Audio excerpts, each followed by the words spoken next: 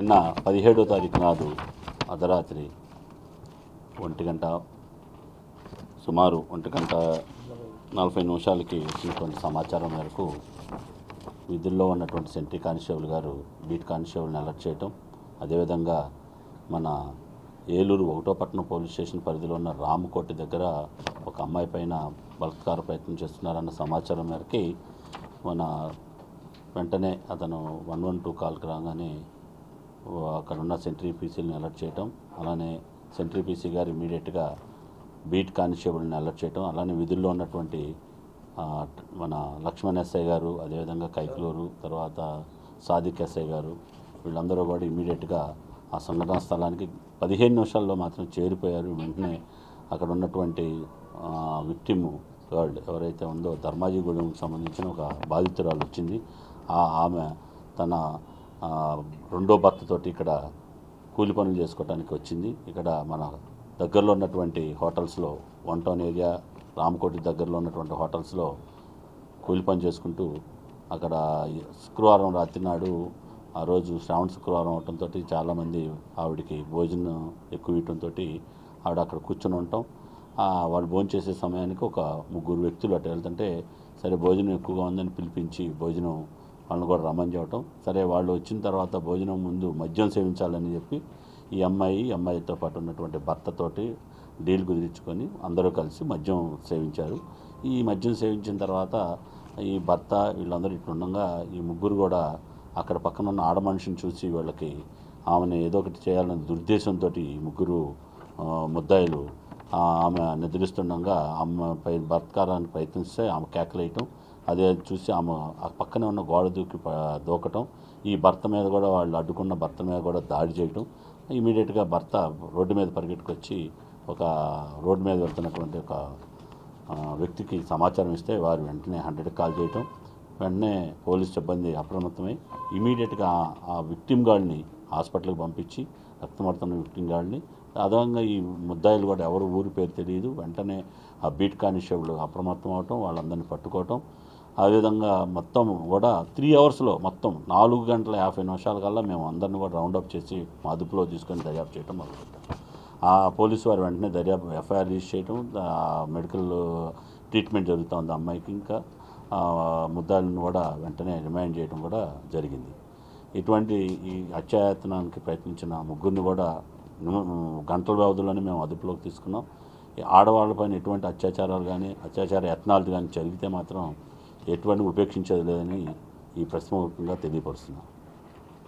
వెంటనే ముద్దాయిలను పట్టుకోవటం, మాలో ఎటువంటి నిర్లక్ష్యం లేదు. వెంటనే మాకు సమాచారం వచ్చిన వెంటనే కూడా మేము చేసాం, స్పందించడం అయితే జరిగింది.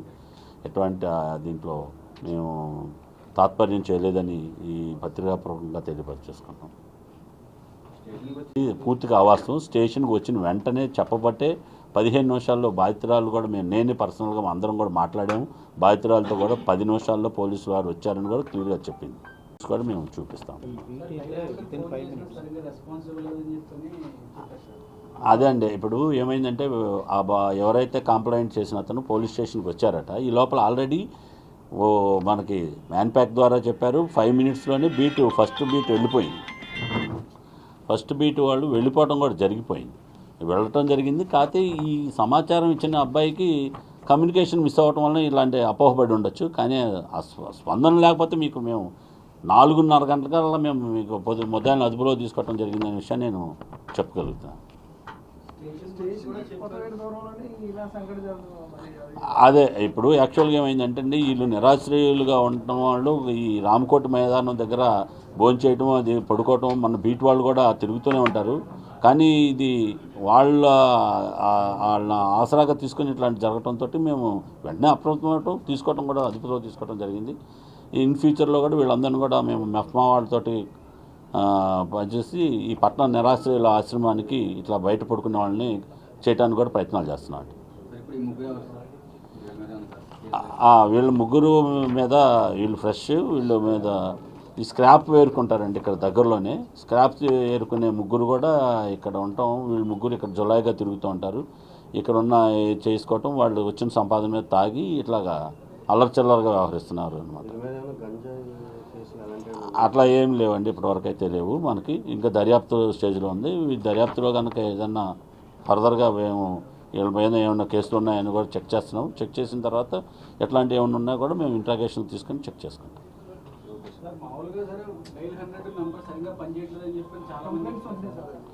అదే అండి, ఇప్పుడు ఏమైందంటే గతంలో డైల్ 100కి ఉన్నటువంటి కొంచెము ఇది ఎంఓయూస్ దగ్గర ఒక ఇదైంది, కానీ 100 పనిచేస్తుందండి. 100% మేము రెస్పాన్స్ అవుతున్నాం. ఎందుకంటే దీని మీద ప్రత్యేకంగా మా ఎస్పీ గారు ప్రతిరోజు కూడా మాకు ఇన్స్ట్రక్షన్స్ ఉన్నాయండి. ప్రతి రోజు ఉన్న కాన్ఫరెన్స్లో మనము రెస్పాన్స్ టైం మీకు చూస్తే మీకు 5 to 7 minutes రెస్పాన్స్ టైం అంతా కూడా రికార్డెడ్గా ఉంటుందండి.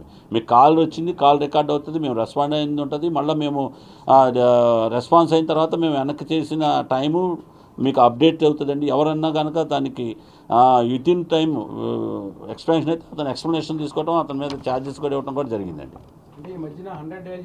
ఇది కూడా రెక్టిఫై చేస్తాము. అట్లాంటి ఏమన్నా ఉంటే కనుక మేము అంటే దానికి చెప్పాను కదా సార్, 100కి ఉన్నటువంటి ఎంఓఈస్ ఈ చిన్న చిన్న టెక్నికల్ లోపాలు ఉన్నాయండి. వాటిని సరిదిద్దుకొని మేము ముందుకు ప్రొసీడ్ అవుతాం. అందరినీ కూడా రిక్వెస్ట్ చేస్తున్నాం, ఏదన్నా ఒకటి ఇట్లాంటి సంఘటనలో మనము కొంచెం మనం కూడా ఒకసారి మా ఉన్నతాధికారులతో కూడా అడిగి మేమేం చేసాం అనేది కూడా ఒకసారి చేస్తే, ఎందుకంటే మీరు నిన్న రాసిన దాంట్లోనే క్లియర్గా ఉంది. ముద్దాయిల్ని అదుపులోకి తీసుకున్నాము, ముద్దాయిల్ని కూడా రిమాండ్కి పంపించడం, 24 గంటల్లో కూడా రిమాండ్కి పంపించడం జరిగింది. మేము బాధితురాలతో కూడా మాట్లాడటం జరిగింది. కాబట్టి ఒక్కసారి మీ అందరినీ రిక్వెస్ట్ చేస్తున్నాం, ఏదన్నా మమ్మల్ని కూడా ఎక్స్ప్లెనేషన్ అడగాల్సిందిగా కోరుతున్నాం.